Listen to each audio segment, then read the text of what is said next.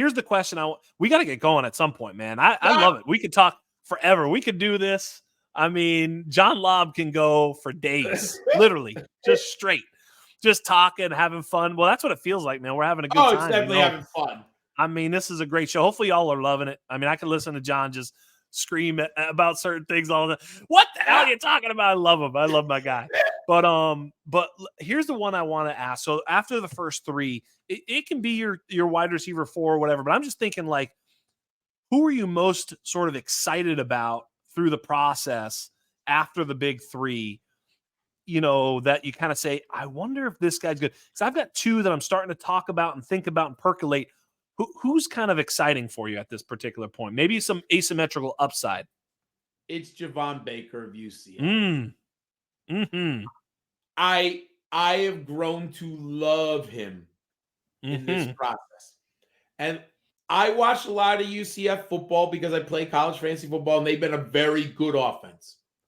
So I had to put this into context, because when I'm watching them, it was really a running game. They have a good running back, and they have a quarterback, John Reese Plumlee. He's not an NFL prospect, but he was a college guy because you get 700 yards rushing and 10 touchdowns. So I watched a lot of UCF. When the season ended, and they weren't great this year, so I forget, did they play in a bowl game? They might have played in a bowl game. But I put in his stats.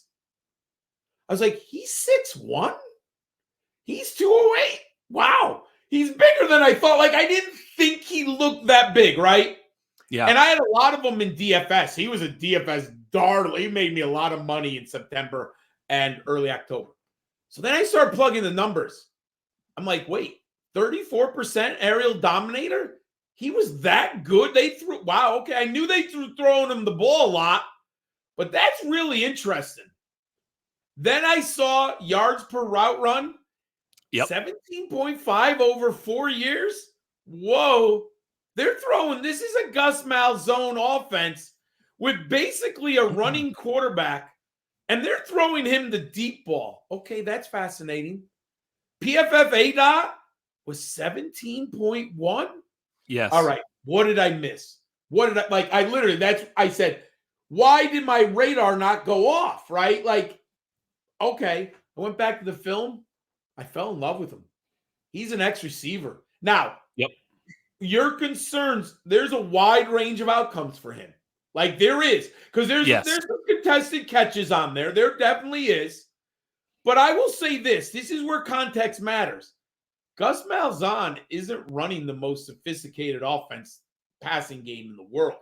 It's not like they were scheming him up to get one-on-one opportunities or to run deep crossers, deep post patterns.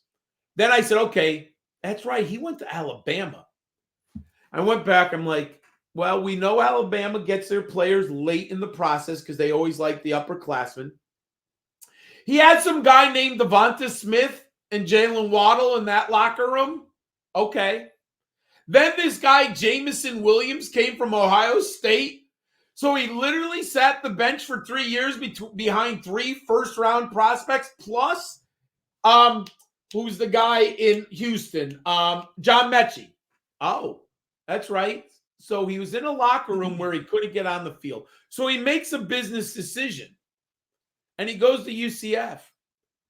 He was a highly touted kid. He ended up at Alabama. What else do you have to need to say? Obviously, Nick Saban liked him, right? And not that Nick Saban has gotten everything. He got rid of Jalen Hurts. That's a whole story for another day. But, man, I love, with a little route running and scheme, with some NFL coaching, where they're really trying to work him into it. I love Javon Baker, man.